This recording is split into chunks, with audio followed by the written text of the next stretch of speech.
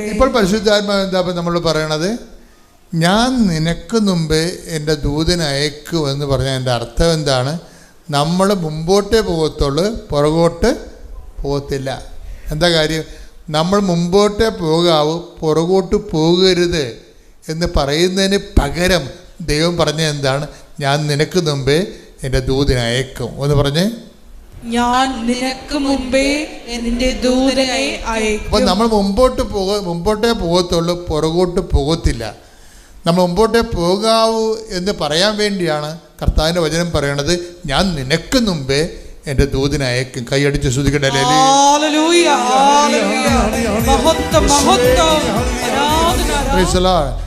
അപ്പൊ ഈ അന്ധനായ അപ്പനും മകനും ജീവിതത്തിന്റെ വെല്ലുവിളി അഭിമുഖീകരിച്ചുകൊണ്ട് മുന്നോട്ട് പോകണം. കണ്ടില്ലേ? ഉടമ്പടിയിൽ അമ്മയുടെ കൈ പിടിച്ചുകൊണ്ട് മുമ്പോട്ട് പോവുകയാണ്. അവൻ പ്ലസ് 1 പാസ്സായി, കമ്പ്യൂട്ടർ എഞ്ചിനീയറിങ്. അതുപോലെ തന്നെ അവൻ +2 പാസ്സായി. അപ്പോൾ അവൻ്റെ അടുത്ത പ്രശ്നം അവന് ബിടെക്കിന് പോകണം.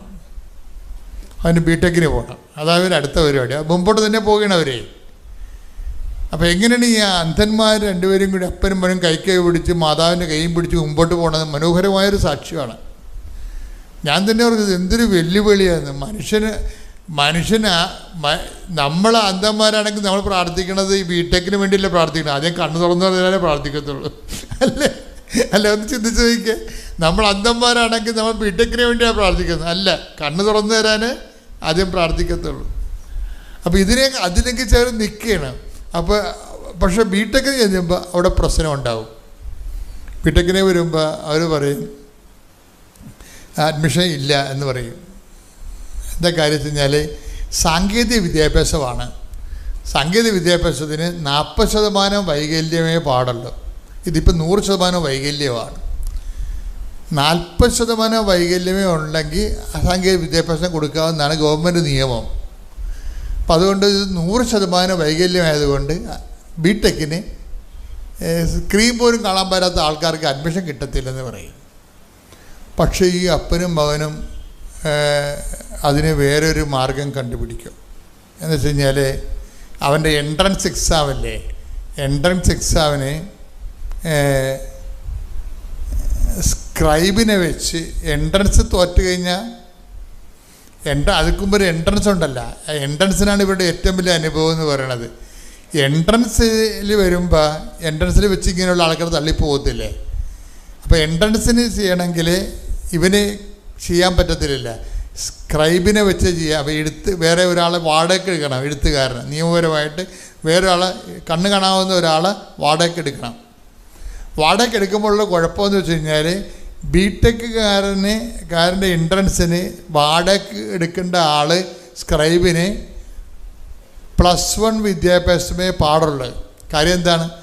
ഇവന് കൂടുതലുണ്ടായി കഴിഞ്ഞാൽ ഈ സ്ക്രൈബിന് ഇവനേക്കാൾ കൂടുതൽ വിദ്യാഭ്യാസം ഉണ്ടായാൽ അവൻ്റെ അറിവ് ഇവൻ്റെ ഉത്തരത്തിൽ വരണ കാരണം ഇവൻ ജയിക്കും, കള്ളജയമായിരിക്കും അത്. അത് കാരണം ഗവൺമെൻറ് പറഞ്ഞിരിക്കുന്നത് സ്ക്രൈബിന് വാടകയ്ക്കെടുത്ത് നിൻ്റെ പരീക്ഷ അവനെടുത്ത് നീ പറഞ്ഞു കൊടുക്കുന്നു, അവൻ എഴുതുന്നു, പക്ഷേ അവന് വിദ്യാഭ്യാസം നിന്നേക്കാൾ കുറവായിരിക്കണം, +1 പാടുള്ളത്.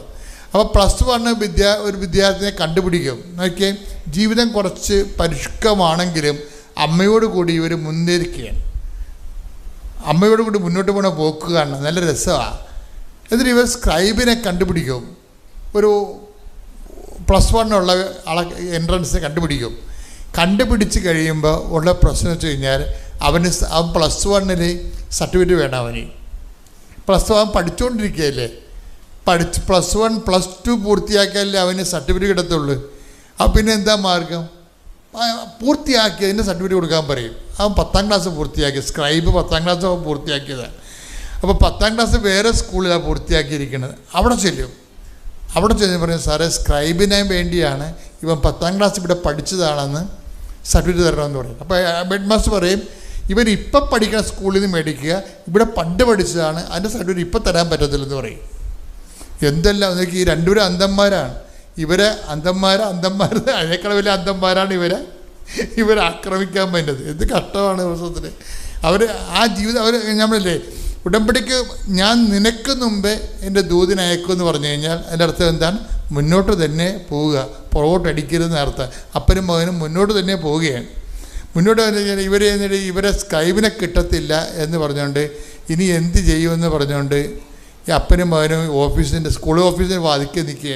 എന്നുവെച്ചാൽ പെട്ടെന്ന് ഈ അപ്പന് തോന്നി ഉടമ്പടി കാശുരും എടുത്ത് വിശ്വപ്രമാണം ചെയ്യാൻ തോന്നി. അപ്പോൾ ഇവരെ പുറത്താക്കി അവർ കൊടുക്കത്തില്ലെന്നും പറഞ്ഞ്. എന്നിട്ട് ഇവർ സ്കൂളിൻ്റെ വരാന്ത ഇരുന്നുകൊണ്ട് അപ്പൻ ഉടനെ ഈ അന്ധനായ അപ്പൻ ആ ഉടമ്പടി കാശുരും എടുത്തിട്ട് തിരുമ്മി വിശ്വാസപ്രമാണം ചെല്ലും. വിശ്വാസപ്രമാണം ചൊല്ലിക്കൊണ്ടിങ്ങനെ കണ്ണുടച്ച് വിശ്വാസപ്രമാണം ചെല്ലുമ്പോൾ പറയണേ എനിക്ക് ഗ്ലൂക്കോമ വന്നാണ് എൻ്റെ 100% കണ്ണ് പോയത്. അത് ഭയങ്കര സാക്ഷ്യമാണത്. എനിക്ക് ഗ്ലൂക്കോമ വന്നാൽ 100% കണ്ണ് പോയത്. അപ്പോൾ അത് കരയാൻ പറ്റത്തില്ല, ഈ കണ്ണീരില്ല. പക്ഷേ ഞാൻ ഈ വിശ്വാസപ്രമാണം തിരുമ്മിയപ്പോൾ എൻ്റെ കണ്ണിൽ നിന്ന് കണ്ണുനീര് വന്ന്. കാര്യം എനിക്കത്രയും വേദന ഉണ്ടായിരുന്നെന്ന്.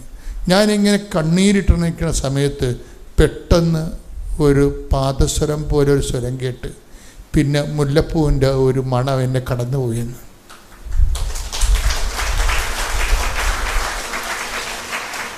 അങ്ങനെ പോയി ഞാനിങ്ങനെ പ്രാർത്ഥിച്ചത് നിൽക്കുകയാണ്. 5 മിനിറ്റ് കഴിഞ്ഞപ്പോൾ ഈ പാദസ്വരവും അന്ധനല്ലേ, ഈ പാദസ്വരവും മുല്ലപ്പൂവിൻ്റെ മണവും തിരിച്ചു വന്നു. എന്നിട്ട് എനിക്കൊരു പേപ്പർ നീട്ടിയിട്ട് പറഞ്ഞു, നിങ്ങളുടെ മകന് അഡ്മിഷനായിട്ടുണ്ട്, സ്ക്രൈബിന് അനുവദിച്ചിട്ടുണ്ട്. അത് അമ്മ ഒരാളെ ചാർജ് ചെയ്തിട്ട് ആ ചേച്ചി ഓഫീസിൽ പോയി പ്രിൻസിപ്പളിനോട് സംസാരിച്ച്, പ്രിൻസിപ്പളെ ഇപ്പം ഇത് കൊടുക്കുന്നതുകൊണ്ട് സ്കൂളിന് എന്താ നഷ്ടമെന്ന് ചോദിച്ചു. ഇവർക്ക് വേണ്ടി വാദിക്കാൻ ആളെ വെച്ചമ്മ, ഇത് കൊടുക്കുന്നതുകൊണ്ട് നമ്മുടെ സ്കൂളിന് എന്താ നഷ്ടം? അവനിത് പരീക്ഷ 2 അന്ധനായ വിദ്യാർത്ഥിക്ക് പരീക്ഷ എഴുതാനല്ലേ, അത് കൊടുക്കുന്നുണ്ട് നമ്മുടെ സ്കൂളിന് വല്ല നഷ്ടം ഉണ്ടാകുന്നത്. അത് ഇവർ ശാസിച്ച് ചോദിച്ചതോടുകൂടി ഉടനെ പ്രിൻസിപ്പൾ ഒപ്പിട്ട് കൊടുക്കും. തിരിച്ച് ഇവർ തന്നെ കൊണ്ടുവന്ന് ഇവർക്ക് കൊടുക്കും. അതായത് ഇത് മുന്നോട്ട് പോവുകയാണ്. എൻ്റെ വിഷയം എന്ന് പറയുന്നത്, ഇവർ പോകുന്ന സഞ്ചാരങ്ങളിൽ പ്രസൻസ് അമ്മ ഒരു ചേച്ചിയാണ് വന്നത്, പക്ഷേ അത് അമ്മയാണെന്ന് അറിയിക്കാൻ വേണ്ടിയാണ് ഈ സുഗന്ധം വരണത്.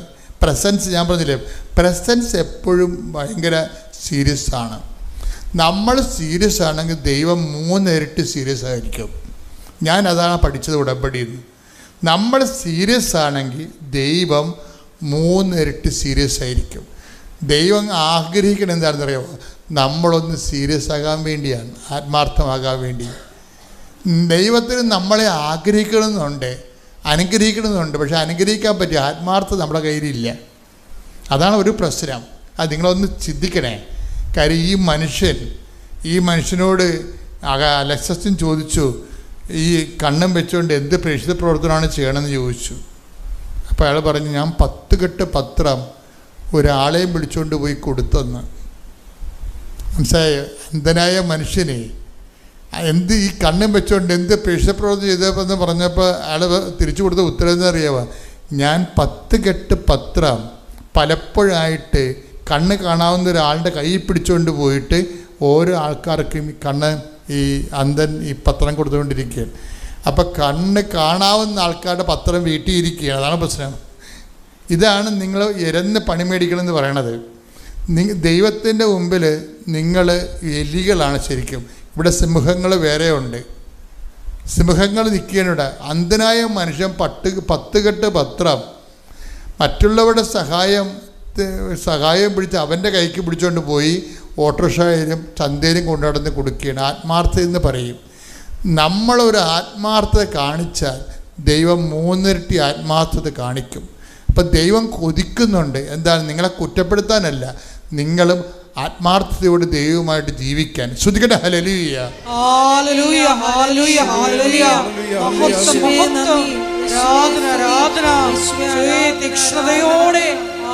പ്രവർത്തനം ചെയ്യുവാൻ ഈ ആരാധനയിലൂടെ ഞങ്ങൾക്ക് അധിക അഭിഷേകം നൽകണമേ. ഹല്ലേലൂയ.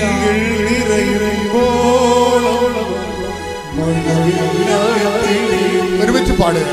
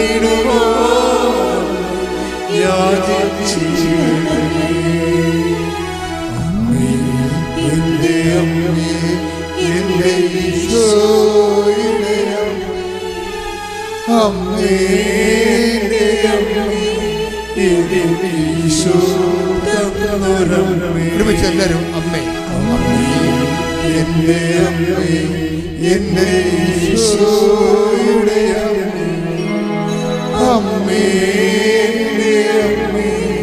എനിക്ക് ഈശോ തന്നൊരമ്മേ. പരിശുദ്ധ പരമദിവ്യകാരുണ്യത്തിന് ആരാധനയും സ്തുതിയും പുകഴ്ചയും ഉണ്ടായിരിക്കട്ടെ. അവരുടെ അടുക്കലും പത്രം ചുമ്മാതെ കൊടുക്കുകയല്ലായിരുന്നു. നന്നായിട്ട് പരിശുദ്ധ അമ്മയുടെയും കർത്താവിൻ്റെയും നാമം ഒരുപാട് നേരം എന്ന് പറഞ്ഞാൽ 1 മണിക്കൂറെങ്കിലും ഞാൻ പറഞ്ഞതിന് ശേഷം പത്രം കൊടുത്തു. ഞാൻ അവിടുന്ന് ഈ GDA കോഴ്സ് പഠിക്കാൻ പോയപ്പോൾ എന്നെ പെട്ടെന്ന് തന്നെ വിളിച്ചു. പറഞ്ഞത് ശരിയാണ്, ഞങ്ങളുടെ പിള്ളേരുടെ കല്യാണം ഉറപ്പിച്ചു എന്ന് പറഞ്ഞു. പക്ഷേ അതിലൊരാൾക്ക് മാത്രം തിരിച്ച് കൃപാസനത്തിൽ വരണം എന്ന് ഉള്ള ഒരു ഇതിൽ പറയുന്നില്ല. ഒരുപാട് കല്യാണാലോചനകൾ അകലിൽ നിന്നൊക്കെ വന്നു. പക്ഷേ പരിശുദ്ധ അമ്മ അവർക്ക് തൊട്ടടുത്ത് തന്നെ നല്ലൊരു ബന്ധമാണ് കൊടുത്തത്. അങ്ങനെ ഹിന്ദു കുടുംബമെന്നോ ക്രിസ്ത്യൻ കുടുംബമെന്നോ യാതൊന്നും നോക്കാതെ ഞാൻ ആ പത്രം മുഴുവനും കൊടുത്തു. അതുപോലെ ഞാൻ ഒരു കാര്യവുമില്ലാതെ ഒരു ജോലി അന്വേഷിക്കുന്ന രീതിയിൽ രാവിലെ വീട്ടിൽ നിന്ന് എൻ്റെ ഒരു കൂട്ടുകാരത്തിയുമായിട്ട് ബസ്സിൽ കയറി പന്തളം ഹോസ്പിറ്റലിലാണ് ഞാൻ ചെന്നിറങ്ങുന്നത്. അവിടെ ചെന്ന് ഞാൻ അവിടെ പോകുന്ന വഴിക്ക് വണ്ടിയിൽ വന്ന് എൻ്റെ അടുത്തിരിക്കുന്ന ആൾക്കാരെ ഞാൻ മുഖത്തോട്ട് നോക്കുമ്പം അല്പമെങ്കിലും ഒരു ചിരിയോ ഒരു സന്തോഷമോ അവരുടെ മുഖത്ത് കണ്ടാൽ ഞാൻ ഉടനെ ചോദിക്കും, കൃപാസനത്തിൽ പരിശുദ്ധ അമ്മയെക്കുറിച്ച് കേട്ടിട്ടുണ്ടോ എന്ന് ചോദിക്കും. അപ്പോൾ അത് അവർക്ക് കേൾക്കാൻ ജിജ്ഞാസയുണ്ട് അല്ലെ ആഗ്രഹമുണ്ട് എന്ന് തോന്നിയാൽ ഞാൻ ഉടൻ തന്നെ പത്രം പയ്യെ എടുത്തതിന് ശേഷം ഞാൻ അമ്മയുടെ കാര്യങ്ങളും മുഴുവനും ഞാൻ ആ അടുത്തിരിക്കുന്ന ആളിനോട് പറഞ്ഞു വരുമ്പോൾ ഒരു അത്ഭുതമാണ് നടക്കുന്നത്. ഞാൻ പറയുന്നതെല്ലാം കേട്ടതിന് ശേഷം എന്നോട് പറയും, ഞങ്ങളവിടെ പോയിട്ടുണ്ട്. അപ്പോൾ എനിക്കൊരു കാര്യം മനസ്സിലായത്, അതുപോലെ തന്നെ ഒരു കുട്ടി കോളേജിൽ നിന്ന് വരുവാണ്, നേഴ്സിംഗ് പഠിച്ച് വരുന്ന വഴിക്ക് ഏറ്റവും ഫ്രണ്ടിൽ അപ്പച്ചൻ ഇരിക്കുകയാണ്. ഞാൻ കൊച്ചിനോട് കാര്യങ്ങളെല്ലാം പറഞ്ഞു കൊടുത്തു കഴിഞ്ഞപ്പോൾ പറയും, ചേച്ചി എൻ്റെ അപ്പച്ചൻ എനിക്ക് മാറാത്തൊരു അസുഖമുണ്ട്, അതിനുവേണ്ടി എൻ്റെ അമ്മയുടെ അച്ഛൻ ഉടമ്പടി എടുത്തു, എന്നെ അവിടുന്ന് കൊണ്ടുവരുന്ന വഴിയാണ്, ഞാൻ അങ്ങോട്ട് പോവുകയാണെന്ന് പറഞ്ഞു. അപ്പോൾ ഞാനിതെല്ലാം പറയുമ്പോഴും അമ്മയെപ്പറ്റി അറിയാവുന്ന പരിശുദ്ധ അമ്മയുടെ ഒരു കാര്യങ്ങളും എന്നോട് പറയുന്നില്ല. എല്ലാം കേട്ടതിന് ശേഷമാണ് എനിക്കൊരു കാര്യം മനസ്സിലായി. ഈ ലോകമെമ്പാടും പരിശുദ്ധ അമ്മയുമായിട്ട് ബന്ധങ്ങൾ ഇങ്ങനെ ഓരോരുത്തർ വഴി നമ്മൾ സംസാരിച്ച് തുടങ്ങിക്കഴിയുമ്പോൾ ഓരോ ബന്ധങ്ങൾ ഈ ലോകം മുഴുവനും അമ്മയുമായിട്ട് അറിഞ്ഞിരിക്കുവാന്ന് എനിക്ക് മനസ്സിലായി. അങ്ങനെ ഞാൻ പന്തളം ആശുപത്രി ചെന്ന് ഇറങ്ങുമ്പോഴത്തേക്ക് എൻ്റെ പത്രം മുഴുവൻ ഞാൻ കൊടുത്തു തീർത്തു. എൻ്റെ മോൾ അവിടുന്ന് വിളിച്ച്, അമ്മയെ കുറച്ച് പത്രം എനിക്ക് വെച്ചേക്കണേ, ഞാൻ ലീവിന് വരുമ്പോൾ എനിക്ക് കൊടുക്കണമെന്ന് പറഞ്ഞു. അത്രമാത്രം പത്രം മാത്രം ഞാൻ അവിടെ വെച്ചുകൊണ്ട് ബാക്കി കാര്യങ്ങളെല്ലാം ഭംഗിയായിട്ട് ചെയ്തു. അതുപോലെ തന്നെ ഞാൻ ഈ GDA കോഴ്സ് പഠിച്ച് നന്നായ രീതിയിൽ ജോലി ചെയ്തപ്പോൾ എനിക്ക് 10 ദിവസം എനിക്ക് എൻ്റെ കൃപാസനത്തിൽ പോകണം, എൻ്റെ അമ്മയെ കാണണം, എൻ്റെ ഓടമ്പടി പുതുക്കേണ്ട സമയമായി. എനിക്ക് ലീവ് തന്നില്ലെങ്കിൽ, തുടർന്ന് ജോലി തന്നില്ലെങ്കിലും വേണ്ടിയല്ല, ഞാൻ പോകുമെന്ന് പറഞ്ഞ് എൻ്റെ പരിശുദ്ധ അമ്മ അവിടുത്തെ മേഡത്തിനത് വളരെ ഇതായിട്ട് മനസ്സിലായതുകൊണ്ട് എനിക്ക് ലീവ് തരികയും ഞാൻ പെട്ടെന്ന് തന്നെ എൻ്റെ അമ്മയുടെ അടുക്കൽ വന്ന് എനിക്കിത് പുതുക്കാനായിട്ടുള്ള എല്ലാ അനുഗ്രഹങ്ങളും അമ്മ നൽകി. ഇത്രയെല്ലാം അനുഗ്രഹങ്ങൾ നൽകി. ഇത്രയൊന്നുമല്ല, ഒരുപാട് അനുഗ്രഹങ്ങൾ. എൻ്റെ ഹസ്ബൻഡിനിടയ്ക്ക് ഒരു അസുഖം വന്നായിരുന്നു, അത് ഞാൻ ഈ ആൾക്കാരെ സാക്ഷ്യം പറഞ്ഞായിരുന്നു. ക്രിയാറ്റിനൊക്കെ ഒരുപാട് കൂടിപ്പോയായിരുന്നു. അത് അങ്ങനെ ഒരുപാട് അനുഗ്രഹങ്ങൾ എൻ്റെ കുടുംബത്തിന് തന്നുകൊണ്ടിരിക്കുന്നു. മുന്നോട്ട് എൻ്റെ പരിശുദ്ധ അമ്മ ഒരുപാട് അനുഗ്രഹങ്ങൾ. ഞാൻ ഈ ആൾക്കാരെ പറയുന്നത്, എൻ്റെ കുഞ്ഞുങ്ങളെ പഠിപ്പിക്കാൻ വേണ്ടിയാണ് ഞാനിപ്പോൾ ഓരോ രോഗികളെയും എൻ്റെ കൈകൊണ്ട് കഷ്ടപ്പെട്ട് നോക്കുന്നത്. എനിക്ക് എന്തെങ്കിലും എൻ്റെ കുഞ്ഞുങ്ങളെ നോക്കാനുള്ള, എൻ്റെ കർത്താവെ എൻ്റെ കുഞ്ഞുങ്ങളെ പഠിപ്പിക്കാനുള്ളതും എന്തെങ്കിലും ഒരു വഴി തന്നാലോ. പാവപ്പെട്ട രോഗികളെ പോയി ഞാൻ എൻ്റെ 2 കൈ കൊണ്ടും പോയി ഞാൻ സേവനം അനുഷ്ഠിക്കുമെന്നാണ് ഞാൻ എൻ്റെ കർത്താവിനോട് പറയുന്നതും ഓരോ സാക്ഷ്യങ്ങളും കേൾക്കുമ്പോഴും ഞാൻ ഓരോ സാക്ഷ്യത്തിനും ഇടയിൽ ഞാൻ എഴുതി ഇടുന്നതും അങ്ങനെ തന്നെയാണ്. എനിക്ക് അതിനുള്ള അനുഗ്രഹം തരണേ, പാവപ്പെട്ട രോഗികളെ നോക്കാൻ എനിക്ക് അതിനുള്ള ഒരു ഇത് തരണേന്ന് ഞാൻ എൻ്റെ കർത്താവിനോട് പറഞ്ഞ് പ്രാർത്ഥിച്ചുകൊണ്ടിരിക്കുന്നു. ഇത്രയെല്ലാം അനുഗ്രഹങ്ങൾ തന്ന പരിശുദ്ധ അമ്മയ്ക്കും തിരുകുമാരനും ഒരു കോടാനുകോടി നന്ദി ഞാൻ പറയുന്നു. യേശുനാമം മഹത്വപ്പെടട്ടെ. എൻ്റെ പേര് സിന്ധു ബാബു, എറണാകുളം കൊച്ചിയിൽ നിന്ന് വരുന്നു. ഞാനിവിടെ ഉടമ്പടി എടുക്കാനുണ്ടായ കാരണം എൻ്റെ സാമ്പത്തിക തകർച്ചകളും മക്കളുടെ പഠനങ്ങൾ സംബന്ധിച്ചും കുടുംബ വിശദീകരണത്തിന് വേണ്ടിയാണ്. എൻ്റെ മകൻ 10ാം ക്ലാസ്സിൽ പഠിക്കുമ്പോൾ ഏറ്റവും പിന്നിലായിരുന്നു. സ്കൂളിൽ ചെല്ലുമ്പോൾ പരാതികളും പരീക്ഷയ്ക്ക് ഇരുത്തിയാൽ അവൻ വിജയിക്കില്ല എന്നും സ്കൂളിൽ നിന്ന് ഹെഡ് മിസ്സസ് ഉൾപ്പെടെ എല്ലാവരും പറയുകയുണ്ടായി. ആകെ വിഷമത്തിൽ സ്കൂളിൽ നിന്നും മടങ്ങി വന്നപ്പോൾ ഞാൻ ഓർത്ത് എൻ്റെ കയ്യിൽ കൃപാസനം പത്രം എൻ്റെ മനസ്സിൽ പെട്ടെന്ന് ഞാൻ എല്ലാ ദിവസവും എപ്പോഴും പള്ളിയിൽ പോയാലെല്ലാം കൃപാസനം പത്രം എടുക്കും, വായിക്കും, സാക്ഷ്യങ്ങളെല്ലാം കേൾക്കും. എന്നാലും ഈ അമ്മയുടെ ഈ സന്നിധിയിൽ വന്ന് എനിക്ക് ഒത്തിരി അടുത്ത് വരുവാൻ എനിക്ക് സാധിച്ചിരുന്നില്ല. എന്നാലും ഈ പത്രം പെട്ടെന്ന് എൻ്റെ മനസ്സിൽ എനിക്ക് കൃപാസനത്തിൽ വന്നാൽ എൻ്റെ കുടുംബത്തെ എനിക്ക് രക്ഷിക്കാനാവും, എൻ്റെ മക്കളെ എനിക്ക് രക്ഷിക്കാവുന്നോ എന്നുള്ള ഉറപ്പുള്ള വിശ്വാസത്തിൽ ഞാൻ ഈ പത്രവുമായി കൃപാസനം സന്നിധിയിൽ ഓടി വരികയും പെട്ടെന്ന് എൻ്റെ മനസ്സിൽ തോന്നി ഞാൻ ഒരു ഹൈന്ദവയാണ്, എന്നാൽ ഉടമ്പടി എടുത്താൽ എൻ്റെ ഈശോയും മാതാവും എന്നെ രക്ഷിക്കും എന്നുള്ള ഉറച്ച വിശ്വാസത്തിൽ ഞാൻ ഉടമ്പടിയിൽ എൻ്റെ മകന് വേണ്ടിയിട്ട് ഉടമ്പടിയിൽ ആ നിയോഗങ്ങൾ സമർപ്പിക്കുകയും അതുമൂലം എൻ്റെ മകന് 10ാം ക്ലാസ്സിൽ 76% മാർക്കോടുകൂടി വിജയം കരസ്ഥമാക്കാൻ സാധിച്ചു. സ്കൂളിലെല്ലാവരും വളരെ അത്ഭുതത്തോടുകൂടിയാണ് എൻ്റെ മകനെ കണ്ടത്. ടീച്ചറിന് പോലും അത്ഭുതമായിരുന്നു. ഞാൻ പറഞ്ഞു, എൻ്റെ അമ്മ മാതാവും ഈശോയുമാണ് എൻ്റെ മകന് വിജയം നൽകി അനുഗ്രഹിച്ചത്. അതുകൊണ്ട് അത് ഒന്നാമത്തെ എൻ്റെ സാക്ഷ്യമാണ്. ഈ അൾത്താരയിൽ വന്ന് എൻ്റെ മോനോടൊപ്പം ഞാൻ സാക്ഷ്യം പറയാമെന്ന് ഞാൻ അമ്മ മാതാവിന് വാക്ക് കൊടുത്തതാണ്. പിന്നെ അതുകൂടാതെ എൻ്റെ മോന് +1 3 സ്കൂളിൽ നിന്നാണ് ഈ 76% മാർക്കുള്ള എൻ്റെ ഈ മകന് അലോട്ട്മെൻറ്റിൽ വന്നത്. ഇപ്പോൾ കൊച്ചിയിലെ തന്നെ ഏറ്റവും വലിയൊരു സ്കൂളിൽ എൻ്റെ മോന് അഡ്മിഷനും കിട്ടി. +1 അവൻ പഠിക്കുന്നു. രണ്ടാമത്തെ സാക്ഷ്യം എൻ്റെ മൂത്ത മകൻ്റേതാണ്. എൻ്റെ മകന്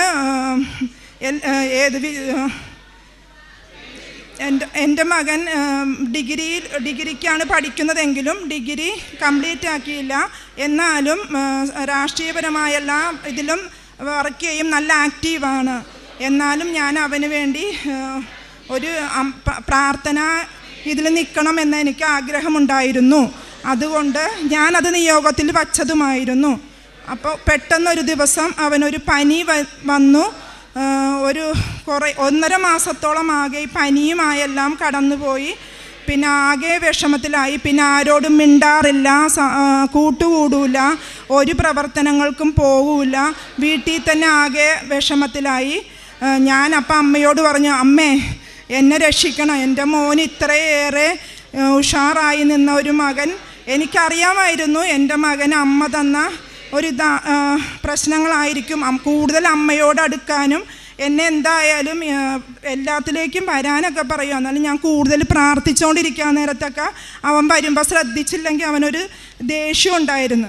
അപ്പോൾ എനിക്കറിയാമായിരുന്നു എൻ്റെ അമ്മ അവനെ രക്ഷിക്കാനായി ആയിരിക്കുമെന്ന്. അപ്പം പെട്ടെന്ന് ഈ പനി വന്ന ആകെ മൂകതയും എല്ലാം കഴിഞ്ഞു. അപ്പം ഞാൻ ഹിന്ദു ആയതുകൊണ്ട് എല്ലാവരും പറഞ്ഞു നീ ഇങ്ങനെ പ്രാർത്ഥിച്ചൊക്കെ ഇരുന്നോ, അങ്ങനെയാണ് ഇങ്ങനെ പല കുറ്റങ്ങൾ വന്നു. അപ്പോൾ ഞാൻ അമ്മയോട് പറഞ്ഞു, പ്രത്യക്ഷീകരണ പ്രാർത്ഥന ചൊല്ലുമ്പോഴൊക്കെ ഞാൻ പറയുമായിരുന്നു, അമ്മേ എൻ്റെ മോന് ഇത് അമ്മ തന്നതാണെങ്കിൽ ഈ അമ്മ തന്നെ എൻ്റെ മോനെ ഈശോയിൽ നിന്നും ഉയർപ്പിച്ച് വിടണം, ഒരു വിശുദ്ധിയിലേക്ക് നയിക്കണം, എൻ്റെ അമ്മ എന്നെ രക്ഷിച്ചു തരണമെന്ന്.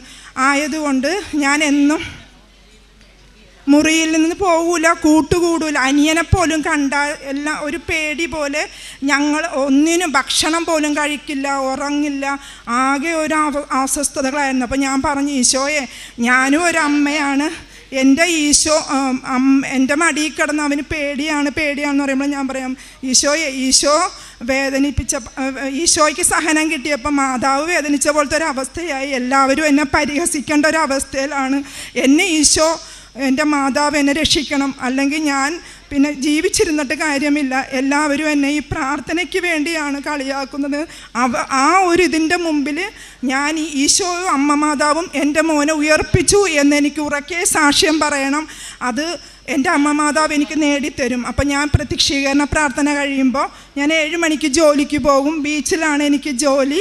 അപ്പം അവിടെ ക്ലീനിങ്ങിൻ്റെ ജോലിയാണ്. അപ്പോൾ എനിക്ക് ഏൽപ്പിച്ചിട്ട് പോകാൻ ആരുമില്ല, ഇളയവനും അച്ഛനും മാത്രമേ ഉള്ളൂ. അപ്പം ഞാൻ പേടിച്ചിട്ട് പ്രത്യക്ഷീകരണ പ്രാർത്ഥന എല്ലാം കഴിയുമ്പോൾ ഞാൻ ഉടമ്പടി തൈലം എടുത്ത് എൻ്റെ മോന് കുരിശ് വരച്ചിട്ട് ഇവിടെ നിന്ന് വേറെ കാശ് രൂപം മേടിച്ചിട്ടുണ്ട്, അതും കയ്യിൽ ഏൽപ്പിച്ച് പത്രവും വച്ചിട്ട് ഞാൻ പോകും. അപ്പം എൻ്റെ അമ്മ എന്നെ രക്ഷിക്കുമെന്ന് ഉറപ്പോടുകൂടി വിശ്വാസമുള്ളതുകൊണ്ട് പിന്നെ അങ്ങോട്ട് മാറ്റങ്ങൾ തുടങ്ങി. അതോടൊപ്പം മരുന്നിന് പോയാലും എനിക്കൊരു വിശ്വാസം ഉണ്ടായിരുന്നു, മരുന്നല്ല എൻ്റെ മാതാവാണ് അവിടെ, അവനെ വേറൊരു മകനായി എനിക്ക് തിരിച്ചു തരാനുള്ള എൻ്റെ ഒരു ആത്മവിശ്വാസമാണ് അതെന്ന് ഓർത്ത് പെട്ടെന്നൊരു ദിവസം, ഞായറാഴ്ച ദിവസം അവനങ്ങോട്ട് പെട്ടെന്ന് ഒരു ഉണർവ് കിട്ടി. അവൻ എൻ്റെ അമ്മമ്മ അപ്പം എന്നോട് എപ്പോഴും പറയും, അമ്മേ മാതാവിനോട് പ്രാർത്ഥിക്കും, മാതാവിനോട് പ്രാർത്ഥിക്കും. ഞാൻ പറയും, മോനെ നീ ഇത് മുമ്പ് എന്നോട് നീ എന്തെങ്കിലും കാണുമ്പോൾ ദേഷ്യപ്പെടുമായിരുന്നു, ഇപ്പം നിനക്ക് മനസ്സിലായ ഇത് അമ്മ മാതാവ് തന്ന സഹനമാണ്, നീ എന്നെ മനസ്സിലാക്കാനുള്ളതും കുടുംബത്തെ മനസ്സിലാക്കാനും ഉള്ളതിൻ്റെ ഒരു വിശുദ്ധീകരണമാണ്, ഇത് അമ്മ മാറ്റിക്കോളും, നീ രക്ഷിക്കണം, നിന്നെ രക്ഷിച്ചോളും അമ്മയെന്ന് പറയും. അങ്ങനെ അവൻ പെട്ടെന്ന് ഉണർവായി. ഇന്ന് പുറത്തൊക്കെ എല്ലാം പോയി, ഇപ്പോൾ ഒരു ജോലിയും കിട്ടി ഐലൻഡിൽ. അതെല്ലാം എൻ്റെ ഈശോയും എൻ്റെ അമ്മ മാതാവും തന്നതാണെന്ന് ഞാൻ ഉറച്ച് വിശ്വസിക്കുന്നു. ഇത് ഞാൻ എവിടെ വേണമെങ്കിലും പറയുമെന്നുള്ളൊരു ഉറച്ച വിശ്വാസം ഞാൻ എൻ്റെ അമ്മ മാതാവിനും ഈശോയ്ക്കും കൊടുത്തതാണ്. പിന്നത്തെ സാക്ഷ്യം എന്ന് പറയണത്, ഞങ്ങൾക്ക് ഒരു ചായക്കടയായിരുന്നു കൊച്ചിയിൽ, ആകെ തകർന്നു പോയി. കടങ്ങൾ മൂലം ചേട്ടനനിയന്മാരെല്ലാം പ്രതിസന്ധിയിലായി, വിഷമത്തിലായി, ജീവിക്കാൻ മാർഗമില്ല. ഞാനും ഇവിടെ വന്നിരുന്ന് പ്രാർത്ഥിച്ച ശേഷം ഒരു കട കിട്ടിയതാണ്. 2 മാസമായപ്പോൾ മോൻ്റെ ഈ അസുഖമൊക്കെ ആകെ പ്രശ്നങ്ങളായപ്പോൾ ആ കടയും ഞാൻ നഷ്ടപ്പെടുത്തി. ഒന്നുമില്ലാതെ 3-4 ദിവസം വീട്ടിൽ പട്ടിണിയിലൂടെ കടന്നുപോയ നിമിഷത്ത് ഞങ്ങളൊരു വാടകയ്ക്കൊരു ഓട്ടോറിക്ഷ കിട്ടിയതാണ്. 300 രൂപ വാടക കൊടുക്കണം. അത് കൊടുക്കാൻ പോലും ഇല്ലാത്ത സമയത്ത് ഞാൻ അമ്മയോട് പറഞ്ഞു, അമ്മേ എന്നെ എല്ലാവരും കളിയാക്കും, ഞാനൊരു ഹിന്ദുവാണെന്ന് പറഞ്ഞ് നീ പള്ളി മാത്രമേ പോകുള്ളൂ, നിനക്ക് മാതാവിനൊപ്പം. ഞാൻ പറഞ്ഞു, അപ്പോഴും ഞാൻ പറഞ്ഞു, ഞാൻ എൻ്റെ മാതാവിനെ ഉറച്ച് വിശ്വസിക്കുള്ളൂ, എന്ത് നഷ്ടമായാലും എനിക്ക് എൻ്റെ അമ്മ കൂടെയുണ്ട്, ഞാൻ എൻ്റെ ഈശോ കൂടെയുണ്ട്.